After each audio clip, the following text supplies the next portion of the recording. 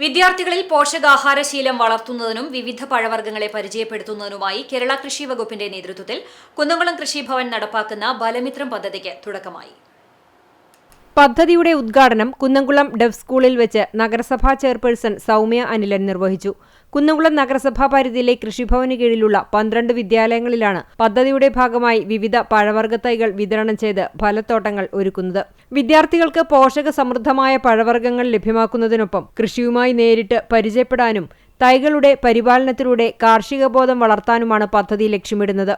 വിദ്യാർത്ഥികളുടെയും അധ്യാപകരുടെയും പങ്കാളിത്തത്തോടെയായിരിക്കും സ്കൂൾ പരിസരങ്ങളിൽ ഫലത്തോട്ടങ്ങൾ പരിപാലിക്കുക. പദ്ധതിയുടെ ഭാഗമായി സ്കൂളുകളിൽ ഒരുക്കുന്ന ഫലത്തോട്ടങ്ങൾക്ക് മല്ലിക്കൂട്ട്, അമ്രക്കൂട്ട്, കിരൺകൂട്ട്, രത്നക്കൂട്ട്, നീലക്കൂട്ട്, അരുണക്കൂട്ട്, മഞ്ചരിക്കൂട്ട്, കനകക്കൂട്ട്, സിന്ധുക്കൂട്ട്, അമൃതക്കൂട്ട്, സുവർണക്കൂട്ട് എന്നിങ്ങനെ വ്യത്യസ്തങ്ങളായ പേരുകളാണ് നൽകിയിട്ടുള്ളത്. ചടങ്ങിൽ ആരോഗ്യകാര്യ standing committee chairperson Misha Sebastian അധ്യക്ഷത വഹിച്ചു.